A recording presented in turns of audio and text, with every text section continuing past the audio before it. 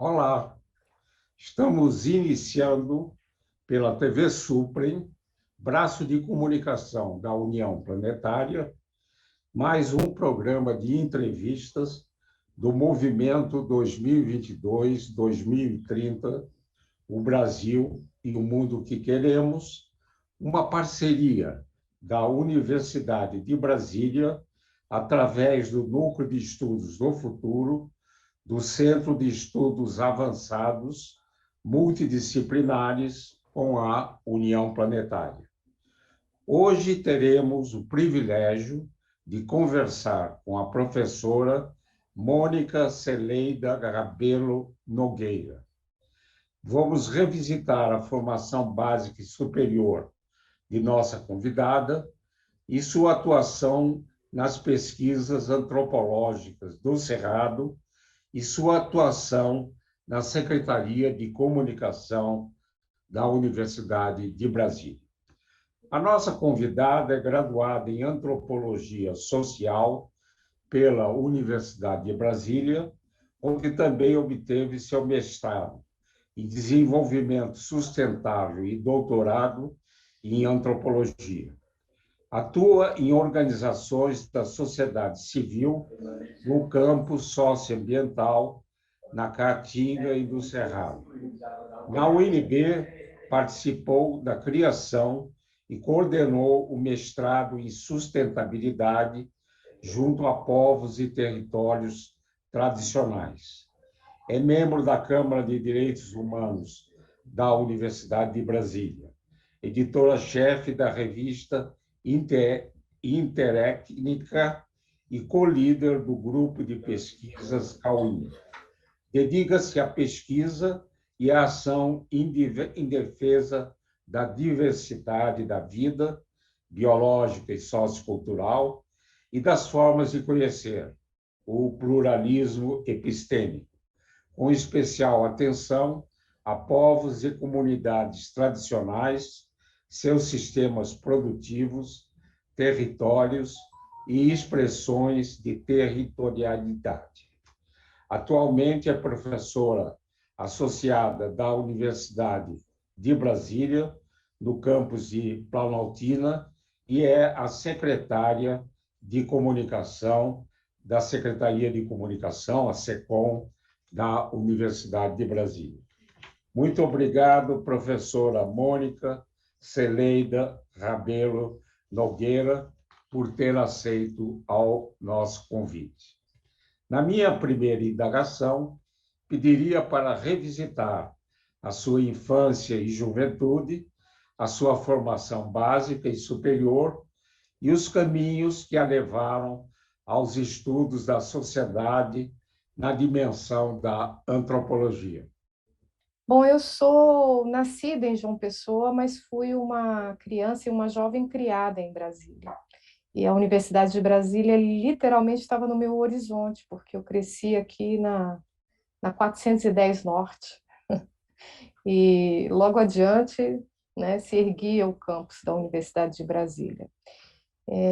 Eu fiz toda a minha formação em Brasília, desde a educação básica, estudei em alguns períodos em escolas religiosas. Eu vim de uma família católica e fortemente marcada pela teologia da libertação. Meu pai foi um seminarista franciscano, e outra parte do tempo em escolas públicas aqui de Brasília. E antes de ingressar na antropologia, passei por um curso de artes, que não concluí, o que é normal na juventude. A gente está procurando se reconhecer no mundo, é uma fase maravilhosa de experimentações, né? E depois eu parti para o curso de antropologia. O curso de antropologia, naquela época, figurava para mim como um curso de graduação que abrangia muitos dos meus interesses, né? O interesse pela história, o interesse pela diversidade humana, uma pitada de psicologia, que foi um curso que eu também considerei, o gosto pela leitura e pela escrita, que esteve sempre presente na minha vida. Eu, quando muito jovem, ainda estudante de graduação, dizia que queria escrever antropologia como se escreve literatura. Oxalá eu alcance esse intento em algum momento. E assim ingressei no curso de antropologia na Universidade de Brasília. Eu fui mãe muito cedo e já na graduação fui acompanhada pela minha filha, menina, e ela brinca ainda hoje que a Universidade de Brasília deve um título a ela também de Ciências Sociais. Ela poderia bem estar aqui ao meu lado, porque de fato acompanhou muitas aulas comigo num pequeno Moisés. E a universidade foi um momento muito importante na minha trajetória, porque realmente ampliou enormemente os meus horizontes, né? Me deu chão e me deu horizonte para a vida, né? E aqui eu segui também numa formação, no mestrado e no doutorado, me sinto uma filha da casa, hoje professora e exercendo outras funções além da docência. Muito bom. Professora Mônica, publicou o livro intitulado Quando o Pequeno é Grande, Análise de Projetos Comunitários no Cerrado. Poderia ressaltar os principais pontos dessa obra? É um livro pelo qual eu tenho um imenso carinho, foi meu primeiro livro, e ele fala da minha formação também, para além da universidade, na sociedade civil. Eu atuei por muito tempo em organizações da sociedade civil no campo socioambiental, sobretudo na assessoria de comunidades locais na área nuclear do bioma cerrado que desenvolvem iniciativas de desenvolvimento local associado à conservação da biodiversidade no cerrado.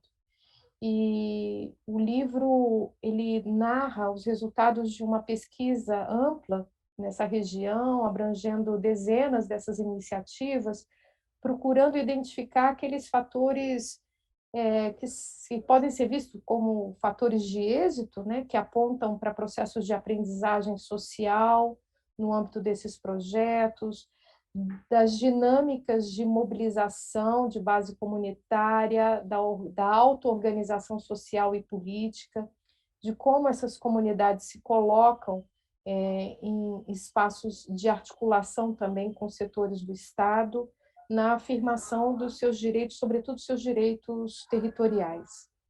E a referência do título, Quando o Pequeno é Grande, é justamente para referir essas células que são a um só tempo células de insurgência, mas também células de auto-organização, de exercício da cidadania, né, de exercício da democracia, que são esses projetos comunitários. Daí, quando o pequeno é grande, né, para referir que importantes transformações elas têm origem no nível local em dinâmicas de ordem comunitária, né, em que as relações interpessoais jogam um papel, as relações de parentesco,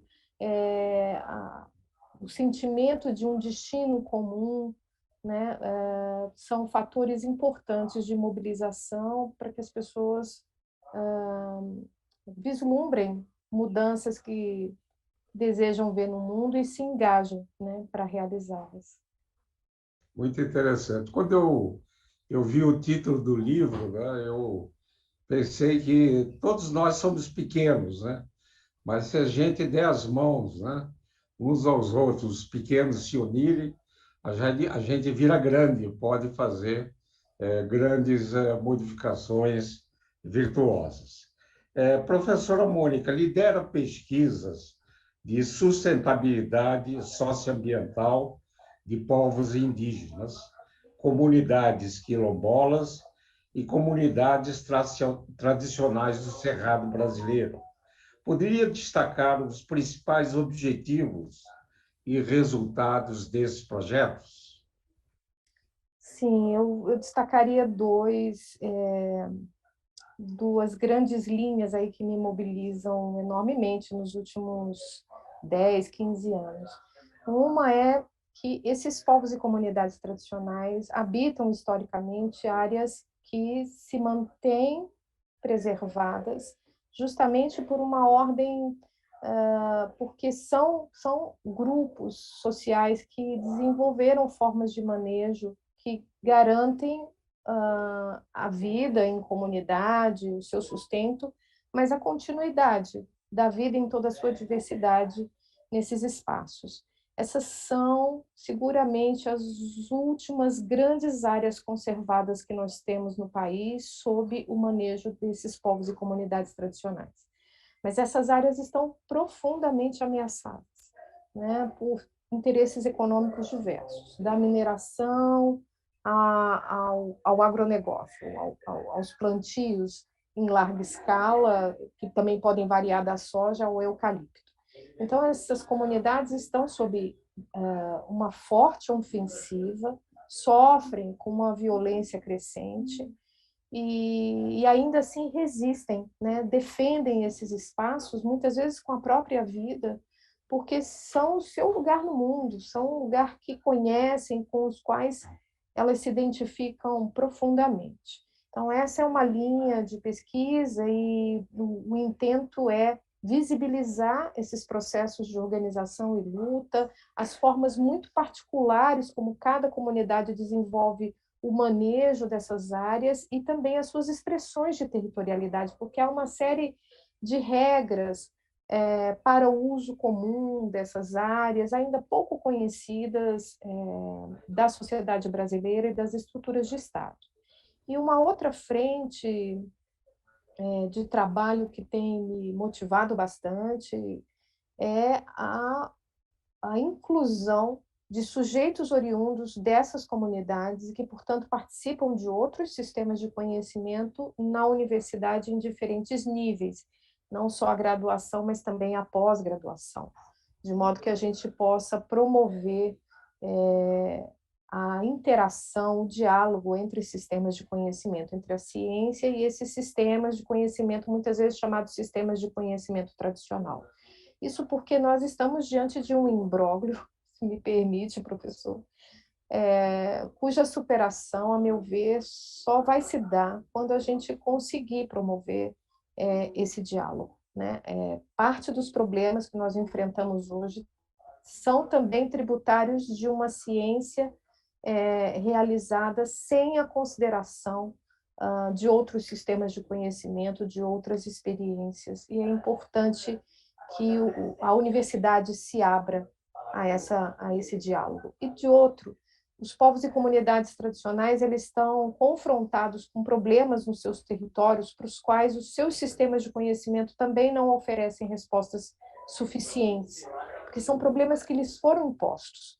Então, eles precisam ter garantido esse direito de circularem nas universidades e fazerem as seleções necessárias para enfrentarem esses problemas. Então, essas têm sido assim as frentes às quais eu tenho me dedicado, e nessa segunda frente de trabalho, me parece que o maior resultado alcançado até aqui tem sido justamente, esses são resultados menos em termos de dados de pesquisa, mas, sobretudo, justamente na inclusão e fortalecimento desses sujeitos de conhecimento que estão aqui na Universidade de Brasília, em outras universidades, especialmente na pós-graduação, produzindo um conhecimento que é baseado nessa interação entre sistema e sistemas de conhecimento tradicional.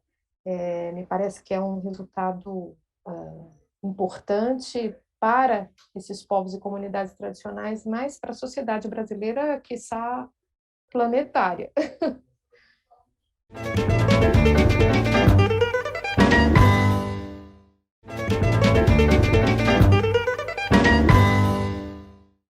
Concordo plenamente, professora Mônica, né?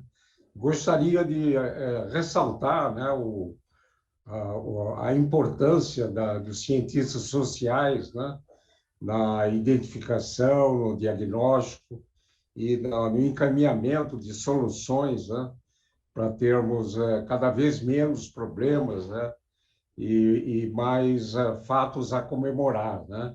E gostaria de relembrar aqui figuras importantes da antropologia, Universidade de Brasília, né? O saudoso Roberto Cardoso, que eu convivia muito com ele, e de vez em quando até as polêmicas ficavam quentes, né? E, e ele dizia, mas você não é antropólogo. Eu falei, mas eu não sou antropólogo, mas quero expressar minhas opiniões, né? E todos os outros antropólogos, Roberto, César Melati, né? Roque Laraia, Ellen Wortmann, que são figuras exponenciais da antropologia brasileira. Professora Mônica, atualmente é a secretária de comunicação da Universidade de Brasília. Poderia ressaltar a importância da Secretaria de Comunicação da UNB, tanto na comunicação interna, como a UNB com a comunidade? Sim, professor, essa foi uma grata surpresa que a vida me trouxe, né? De ter a oportunidade de compor a equipe da Secretaria de Comunicação da Universidade de Brasília, que é uma secretaria muito bem composta, tem uma equipe aguerrida, de profissionais muito bem preparados para levar adiante a comunicação interna da universidade e a comunicação da universidade com a sociedade. Então, a SECOM é responsável pela gestão dos canais oficiais de comunicação da universidade, nas mídias sociais, o portal da universidade, e também na interação com a imprensa, né? É a SECOM que realiza a assessoria de imprensa da Universidade de Brasília. E assim zela pela imagem da instituição e atua na divulgação científica, no balizamento da opinião pública sobre temas candentes diariamente, né? A Universidade de Brasília é chamada, né? Os seus pesquisadores e pesquisadoras são chamados a participarem de debates públicos, né? Na medida em que eventos que tocam a sociedade, que exigem reflexão, a construção de um posicionamento. Então, pesquisadoras e pesquisadores nas suas áreas de especialidade são chamados a participar desse debate por meio da imprensa. Eu tenho aprendido muito, eu como antropóloga, né, na Secretaria de Comunicação, mas tenho também tido, a meu ver, assim, a possibilidade de trazer também para essa posição em que estou hoje a experiência acumulada no outro espaço, que é o da sociedade civil, em que a gente trabalha muito com mobilização social, em que a gente procura muito essa incidência sobre a opinião pública, né? Seja por meio de peças de comunicação dirigidas diretamente à sociedade, seja também pela interação com a imprensa. Então, pessoalmente, tem sido uma oportunidade de poder reunir, né, diferentes experiências nesse campo da comunicação. Agora, aqui, numa comunicação institucional altamente profissionalizada, que é a comunicação institucional da Universidade de Brasília, e com uma importância enorme, né, por ser a comunicação né, de uma das grandes universidades brasileiras nesse exercício que é combater as falsas notícias, né, as fake news, balizar o debate público, se não estimular o debate público como um elemento central para o exercício da democracia, né? Que as pessoas se sintam estimuladas, se interem sobre o que está acontecendo e se sintam estimuladas a participar, a opinar, e aí a comunicação tem um papel fundamental, né? E na divulgação da ciência, porque é certo também que esse debate público, esse exercício da democracia deve ser incrementado, fortalecido, né, pela circulação, pela ampla circulação dos resultados dos esforços de pesquisadoras e pesquisadoras em diferentes áreas do conhecimento. Então, essa tem sido a minha experiência, eu tenho sido muito feliz nesse período aqui na Secretaria de Comunicação. Muito bom. Professora Mônica, o movimento 2022-2030, o Brasil e o mundo que queremos, procura estimular os jovens para a construção de caminhos para termos um Brasil e um mundo melhor e mais justo. Poderia, nesse final da nossa conversa, enviar uma mensagem aos jovens que nos assistem? Puxa, que tarefa. Bom, acho que gostaria de dizer aos jovens que é importante se inteirar sobre o que acontece à nossa volta, cultivar a capacidade de encantamento pela vida e se engajar também, né, na construção do presente e dos possíveis futuros, né? O mundo que, que temos hoje, ele está atravessado por muitas tensões, por muitos desafios, mas a sua transformação é dependente enormemente dessa capacidade de atuar sobre ele, né? E essa atuação sobre o mundo, ela precisa se valer de encantamento, né? Por vontade de beleza, diria o Darcy Ribeiro, né? Um dos mentores da Universidade de Brasília. É muito importante cultivar curiosidade, vontade de beleza e disposição para a ação. Acho que é essa a mensagem que eu gostaria de deixar para jovens da idade dos meus filhos, dos estudantes daqui da Universidade de Brasília. Muito bom, muito boa mensagem, né? Você que lembrou o nosso antropólogo, né, Darcy Ribeiro, né? Um dos fundadores da Universidade de Brasília, e uma antropóloga, a professora Mônica, agora na Secretaria de Comunicação, né? Então, os antropólogos fazem parte da história da Universidade de Brasília. Queria agradecer imensamente a oportunidade dessa nossa conversa importante e interessante e desejar sucesso dos seus projetos em Planaltina e na Secretaria de Comunicação. Esse e outros programas do Movimento 2022-2030, o Brasil e o Mundo que Queremos, podem ser acessados no canal YouTube do canal Supre. Gostaria de agradecer imensamente a todas e todos que estiveram com a gente e voltaremos a nos encontrar em uma próxima oportunidade. Até lá!